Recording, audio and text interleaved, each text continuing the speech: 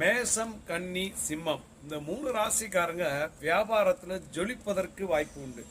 12 ராசியில இவர்களுக்கு யோகம் என்பது இருந்து கொண்டே இருக்கும். ஏதாவது ஒரு காரியத்தை தொட்டாங்கன்னா அதுல அந்த காரியத்தை சக்சஸ் பண்ணாம இருக்கவே மாட்டாங்க.